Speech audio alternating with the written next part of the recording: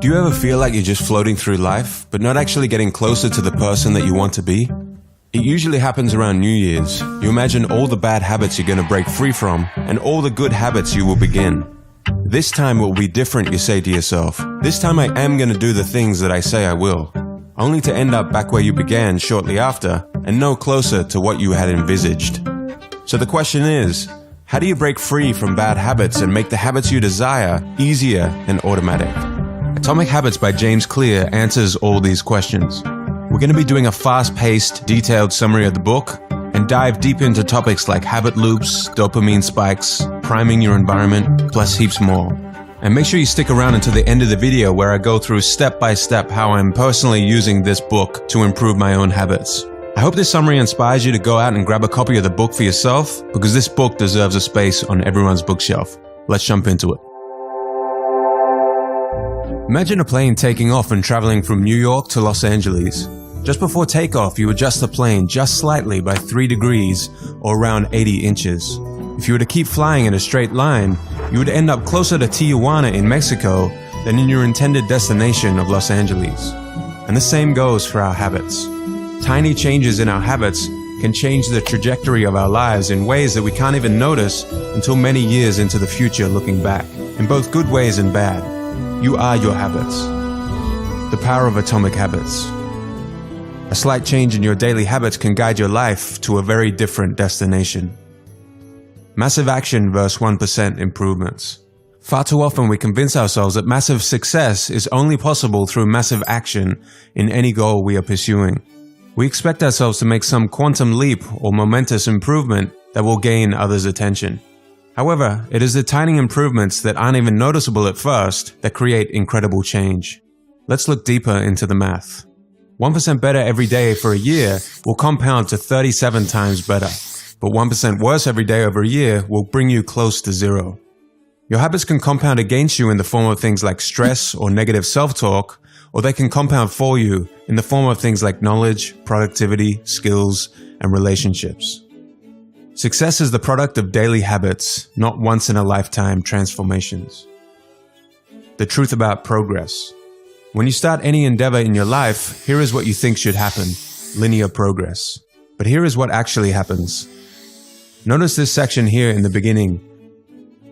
Small changes in our progress are not even noticeable. James Clear refers to this part of the graph as the valley of disappointment. You've done so much, you've put in so much effort, and you can barely see any results. This is where most people fail and slip back into their old routines. The most powerful outcomes of any compounding process are delayed, so patience is required. Goals versus systems.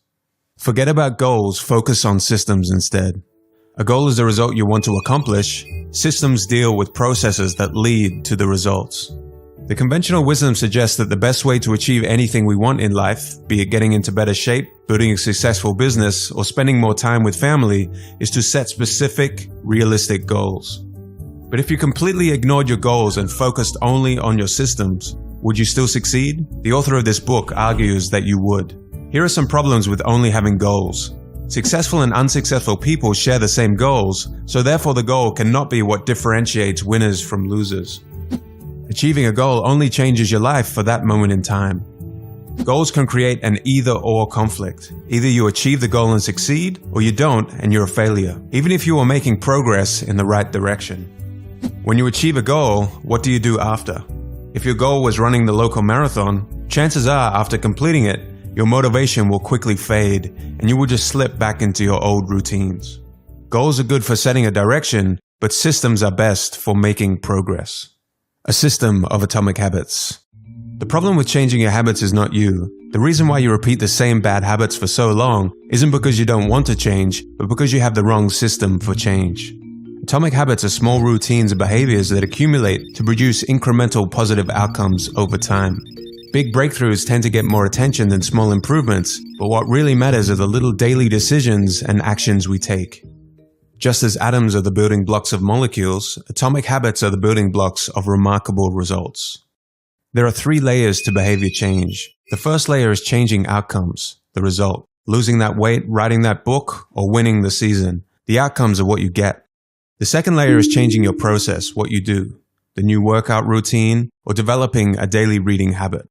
And the third layer is changing your identity, what you believe, your worldviews, and how you think about yourself and others. Most people focus on the outcomes, but the best way to change your habits is by focusing on the person you want to become instead of the results that you want. The goal isn't to learn an instrument, it's to become a musician. The goal isn't to run a marathon, it's to become a runner. When something you want in your life becomes part of your identity, that is when your behaviors will start to naturally change. When you tell yourself and others, "I'm a runner," you want to live up to that identity. Remind yourself, every time you do a workout, you are an athlete.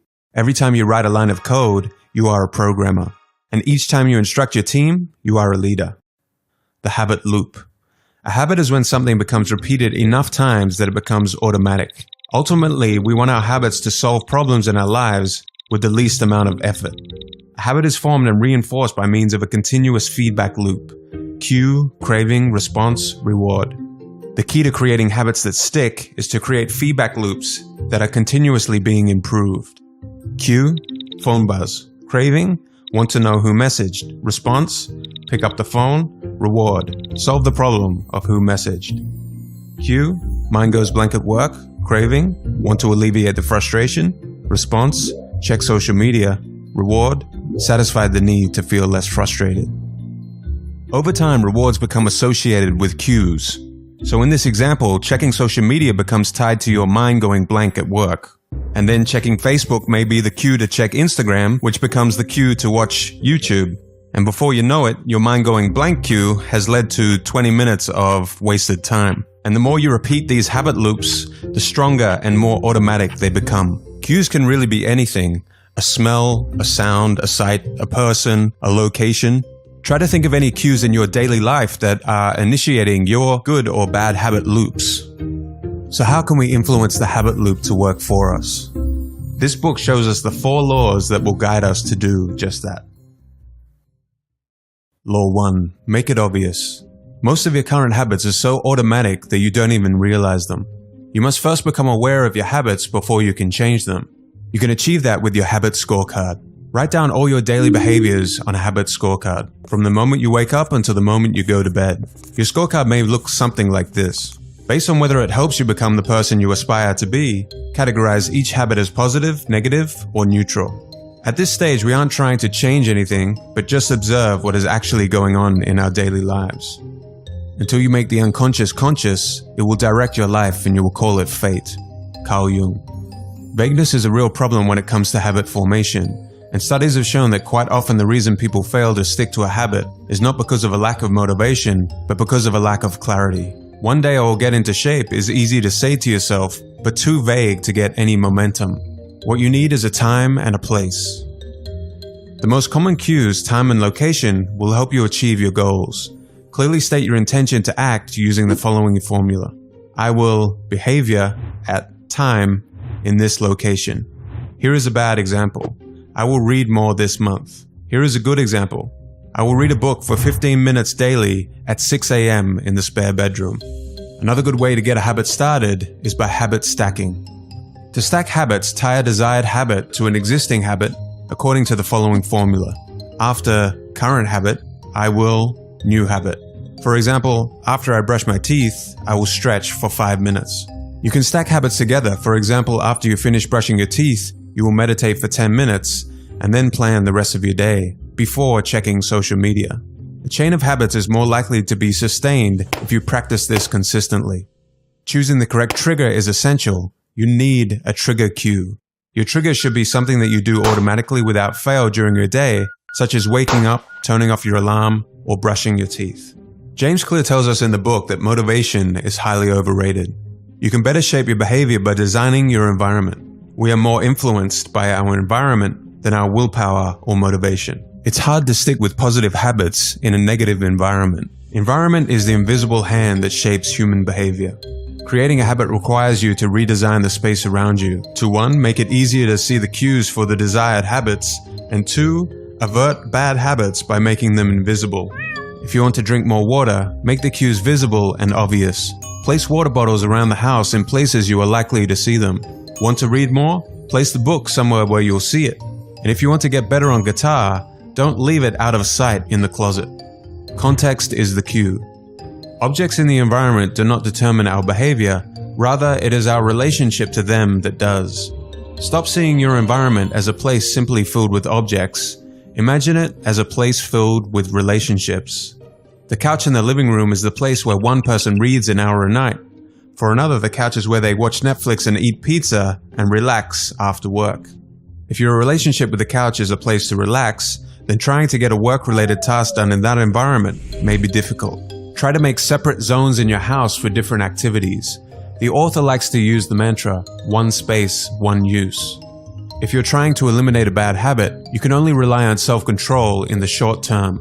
Cutting off bad habits at the source is a more reliable solution, and one of the most practical ways to eliminate a bad habit is to make it invisible. Eliminate it from your environment. For example, put your phone in another room for a few hours if you have trouble getting work done. Or put junk food out of sight or remove it from your house if you're trying to lose weight. Law 2. Make it attractive. When we expect to be rewarded, we take action. The more rewarding an action is, the more likely we are to repeat it until it becomes a habit. Hence, the first step to forming good habits is to make them more attractive. Understanding how dopamine affects your body will help you. Dopamine. Our motivation levels are affected by dopamine, a hormone and neurotransmitter. We are more motivated to act when our dopamine levels rise. By measuring dopamine, scientists can pinpoint the exact moment at which craving occurs. It was once assumed that dopamine was just about pleasure, but now we know it's vital to many neurological functions, including motivation, memory, learning, punishment, as well as voluntary movement. The hormone dopamine is released not only when we experience pleasure, but also when we anticipate it. Gambling addicts have a dopamine spike right before they place a bet, not after they win. Let's dive deeper into dopamine spikes. Using social media, eating junk food, and taking drugs are all associated with high levels of dopamine and are highly habit-forming. Think about before going on a vacation. Sometimes the thinking and anticipation of the vacation is better than the actual vacation. Seeing the junk food you desire surges dopamine, not after eating it. Drug addicts increase dopamine when they see the drugs, not after taking them. The craving is what causes us to take action in the first place. Making our habits attractive is vital because it is the expectation of a rewarding experience that drives us to act. Here you can use a strategy known as temptation bundling. The temptation bundling process makes a habit more attractive by combining an action we need to do with one that we want to do. For example, you could bundle watching Netflix, something you want to do, with working out, something you need to do. Temptation bundling applies a psychology principle known as Premack's principle. Developed by Professor David Premack, the Premack principle states, more probable behaviors will reinforce less probable behaviors. In other words, even if you're not looking forward to doing some exercise, you become conditioned to do it because you get to do something else you really enjoy. Group influence. We are continually wondering, what will others think of me, and altering our behavior based on the answer. We are influenced by the people closest to us and the groups that we belong to. If you're trying to build a good habit, one of the best ways to reinforce the habit is to find and become part of a culture where that habit is the norm. If you want to get into better shape, surround yourself with fit people. If you want to read more, join a book club. Primal motivators, the source of cravings. In your normal everyday life, you wouldn't say something to yourself like, I want to eat pizza because I need to consume this food to survive. Surface level cravings are merely manifestations of our deeper underlying motives. And these underlying motives guide our behavior. Here are some examples from the book of underlying motives.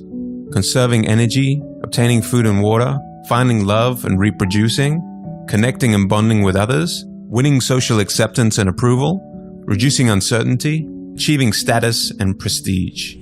Your brain did not evolve with a desire to smoke cigarettes, check Instagram every 5 minutes, or to play video games. Online platforms and products do not invent new motivations, but rather appeal to the underlying motives of human nature that we already have to gain our attention. Your habits are modern-day solutions to ancient desires, new versions of old vices. The underlying motives behind human behavior remain the same. People who have the underlying motive of connecting with others may jump onto Facebook. Others seeking the underlying motive of finding love and reproducing may sign up for Tinder. If you want to reduce uncertainty, there's Google for that. And seeking social acceptance, there's Instagram. Reprogramming your brain to enjoy hard habits. You can make hard habits more attractive if you can learn to associate them with a positive experience. By highlighting the benefits of a habit rather than its downsides, you can quickly reprogram your mind and make it seem more appealing. For example, fitness equals health and well-being and not fatigue. Cleaning the house, an environment conducive to peace of mind and not wasted time. Saving money, future financial freedom and not sacrifice. Make it unattractive.